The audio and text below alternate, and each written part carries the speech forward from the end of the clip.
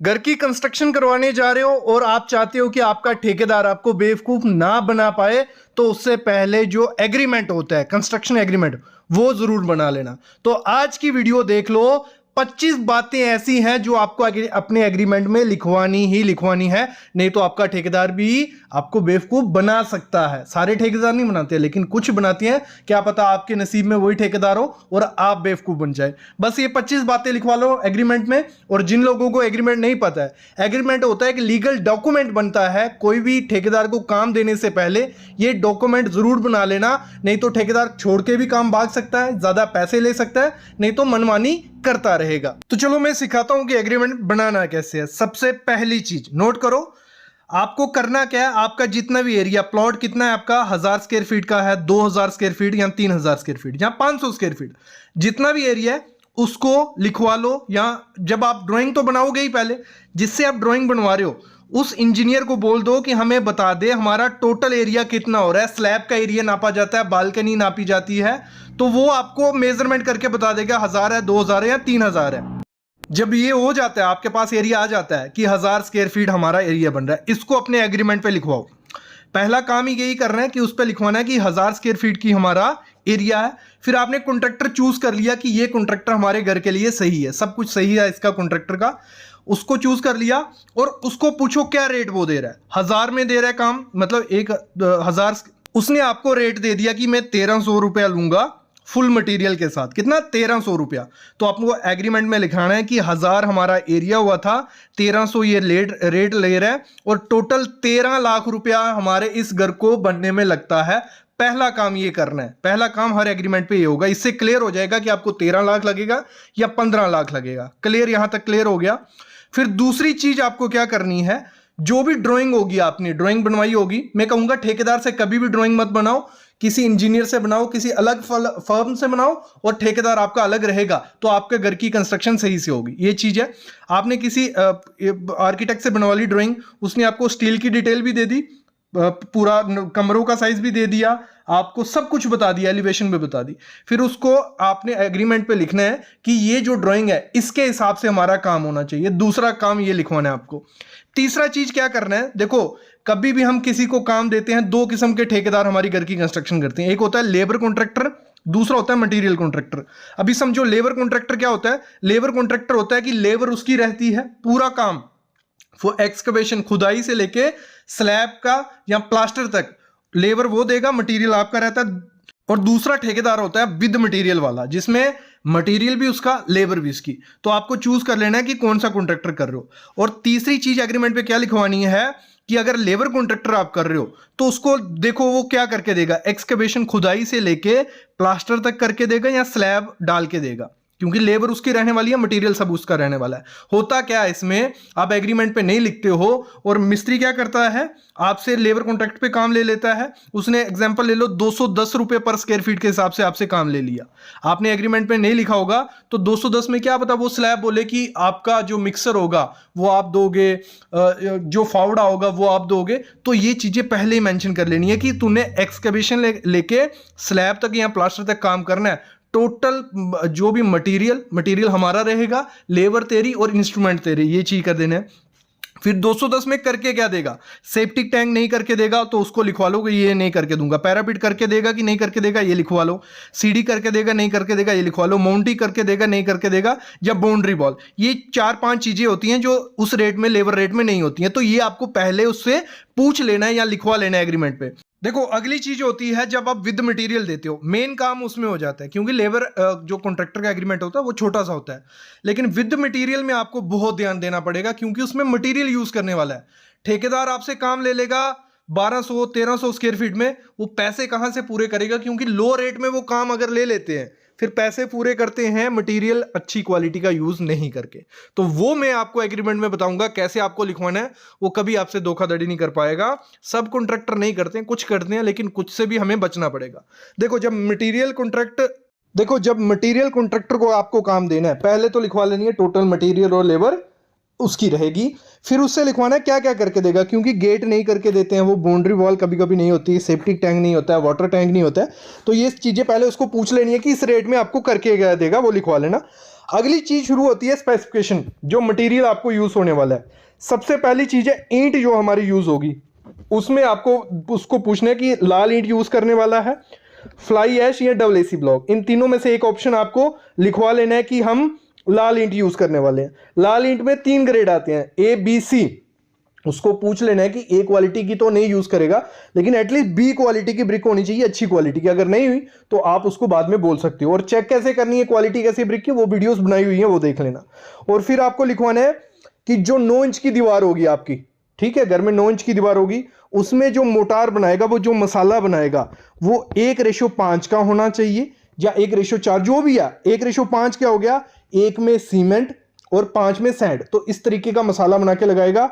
और 4 इंच की दीवार जब करेगा 1:4 का मसाला आपको बनाना है, नहीं तो वो 1:6 का बना रहे हैं, 1:5 का आपको कोई पता नहीं, क्योंकि आपने एग्रीमेंट पे लिखा ही नहीं है। जो उनका मन करेगा वो बनाएगा, जहां वो पैसे बचा लेते हैं, ठीक है। तो आपको ये लिखाना है 9 इंच की में 1:5, 4 इंच की 1:4, ठीक है। और आपको बता देना है कि जब ब्रिक करोगे पहले ब्रिक को भिगो लेना। ये तो चलो एग्रीमेंट में इतनी चीजें नहीं लिखते हैं, लेकिन ये रेशियो आप जरूर लिखवा लेना। अगली चीज होती है सीमेंट, जो हमारा लगाने वाला है सीमेंट, उसको लिखवाना आपने। वो आपको सिरा क्या लिख के दे देते हैं, ब्रांड लिख के दे देते हैं, अल्ट्राटेक, एसीसी, बड़े बड़े ब्रांड आप देखते हो, आप हाँ कर देते हो कि हाँ ठीक है, अच्छा लिखा है इसने। लेकिन उधर लिखना है कि पीपीसी सीमेंट रहेगा या ओपीसी सीमेंट। पीपीसी सीमेंट बहुत अच्छा रहता है प्लास्टर के लिए, और अच्छी घर के लिए अच्छा है पीपीसी सीमेंट, तो पीपीसी लिखवाना है। ओपीसी, ओपीसी में 3 ग्रेड आते हैं, 43, 53 या 33, तो वो चीज आपको लिखवा लेनी है। मैं कहूंगा पीपीसी सीमेंट लगाओ या ओपीसी 43 लगाओ, भले वो अल्ट्राटेक का है, एसीसी है या अंबुजा है, जो तीनों अच्छे हैं, इनमें से कोई भी लगता है करवा लो। और साथ ही साथ जब वो सीमेंट लेके आए, या उसको एग्रीमेंट पे लिखवा लो कि हमें नया 3 महीने ज्यादा पुराना सीमेंट नहीं होना चाहिए, 3 महीने नया सीमेंट होगा, वो अच्छी स्ट्रेंथ होती है। जितना पुराना सीमेंट होता जाता है वो खराब होता जाता है। स्टील, फिर जब स्टील लिखवाना है आपको, 2 किस्म के स्टील होते हैं, प्राइमरी सेकेंडरी। ऐसी कुछ बात मेंशन नहीं है ना एस कोड पे ना कहीं पे है, लेकिन प्राइमरी स्टील में उसको बोलता हूं जो टाटा हो गया, जिंदल हो गया, विजाक हो गया, सेल हो गया। ये क्या होता है, आयरन ओर से बनते हैं, और कुछ बनते हैं स्क्रैप से, जो पुराना सरिया होता है उसको पिघलाया जाता है, उसका सरिया बनता है, वो हो गए कामधेनु हो गए। ये आपको आइडिया कैसे लगेगा, मार्केट में जो टाटा का रेट है या जिंदल का रेट है, उससे अगर 10-15 रुपए कम में मिल रहा है, लगभग वो किससे बना हुआ है, सेकेंडरी स्टील है, वो बना हुआ है किससे, हमारे जो स्क्रैप होता है। तो आप उसको पहले बता सकते हो कि कौन सा सरिया यूज करने वाले हो। अगर सेकेंडरी स्टील रहेगा तो थोड़ा रेट आप वो कर सकते हो आगे पीछे। अगर आपने एग्रीमेंट किया ही नहीं है तो वो कामधेनु लगा देगा, तो क्या आपको कोई बोल नहीं सकोगे, तब तो आपको लिखवा लेना है कि टाटा, जिंदल या कोई भी यूज करने वाला है। फिर एग्रीगेट, जो कपची होती है, एग्रीगेट का लिखवा लेना कि रिवर वाली यूज करने वाला है या क्रस्ड वाली। रिवर वाली कौन सी होगी, रिवर वाली जो नदी से आती है, उसमें बड़े भी होते हैं छोटे भी होते हैं, बस रिवर वाली बहुत अच्छी होती है एग्रीगेट। आप अपने घर में लगाओगे स्ट्रेंथ आएगी, लेकिन अगर मिट्टी उसमें हुई तो वो मत यूज करना, पहले देख लेना मिट्टी तो नहीं है। बाकी जिस एरिया में नहीं मिलती है रिवर वाली, वहां आती है क्रश, जो क्रशर से बनती है, उसमें क्या देखना है आपको, क्यूबिकल यूज करने हैं। जो एग्रीगेट का दाना होता है ना, वो एलोंगेटेड, फ्लेकी और एलोंगेटेड नहीं होने चाहिए। फ्लेकी क्या, पतले से होते हैं, लंबे से होते हैं, वो वाले अच्छे नहीं होते हैं। गोल गोल जो रहेंगे, गोल नहीं रहेंगे, क्यूबिकल रहेंगे, वो यूज करोगे, उसमें स्ट्रेंथ बहुत अच्छी आती है। तो ये चीज आपको बता देना है उसको कि एग्रीगेट ये होना चाहिए। सैंड, नदी की सैंड यूज करनी है या एम सैंड। नदी की सैंड में मिट्टी नहीं होगी तो सबसे अच्छी है। एम सैंड वो यूज करना जिसमें मिट्टी नहीं होगी, तो मतलब उस पर लिखवा लेना। रिवर सैंड मिलती है तो बहुत अच्छा है, एम सैंड मिलती है तो वो भी एग्रीमेंट पे मेंशन करना कि सैंड कौन सी है। नहीं तो ये जो 4-5 चीजें होती हैं, इसी में ठेकेदार आपसे पैसा बचा लेगा। जब आप उसने 1200 मार्केट रेट उठा लिया और मार्केट में रेट चल रहा है 1400-1500, तो 1200 में कैसे पूरा करके देगा, इसी तरीके से करके देता है।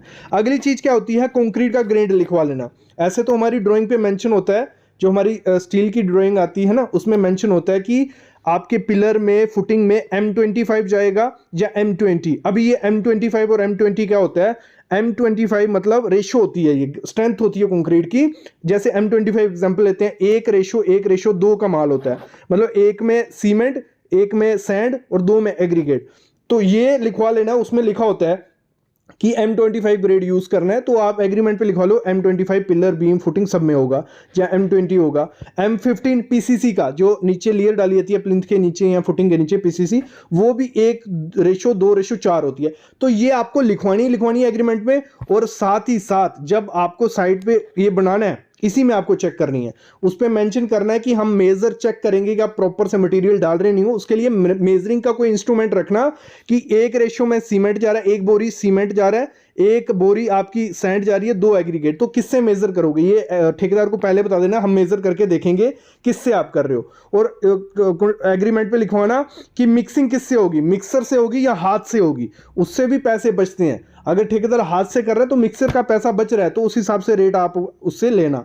अगर आप वाइब्रेटर, कौन सा वाइब्रेटर साइड पे रहेगा, हमेशा हर कंक्रीट स्ट्रक्चर में वाइब्रेटर मारना है आपको, और स्लरी लीक नहीं होनी चाहिए, इस तरीके से मारना है, और कंक्रीट में पानी ज्यादा नहीं डालना है। तो ये सब चीजें आपके एग्रीमेंट में बात कर लेनी है। अगली चीज है प्लास्टर। जब प्लास्टर करना है तो लिखवाना है कि कितने रेशो बनेगा। मोटार जो मसाला होता है 1:5 का भी बनता है, 1:6 का भी, 1:4 का भी।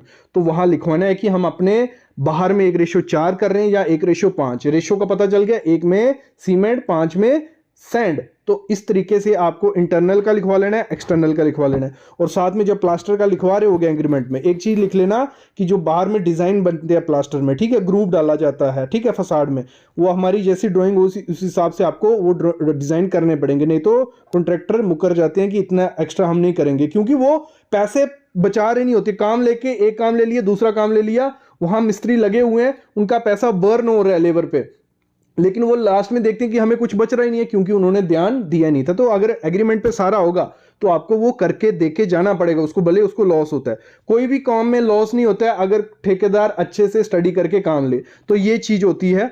अगली चीज, जब तराई करनी है तो उसको मेंशन रखना है एग्रीमेंट पे कि 10 दिन तराई होगी, क्यूरिंग होगी, भले वो फुटिंग है, ब्रिक है, प्लास्टर है, 10 दिन कम से कम आपको पानी मारना ही मारना है। तो ये चीज भी आपको चेक करनी है, एग्रीमेंट पे आपको लिखवानी है। देखो अगली चीज क्या करनी है, जब शटरिंग का, मैंने देखा है ठेकेदार क्या करते हैं, काम ले लेते हैं और शटरिंग उठाते हैं पुरानी। आपको एग्रीमेंट पे ये चीज मस्ट लिखना, नहीं तो धोखाधड़ी हो जाएगी आपसे।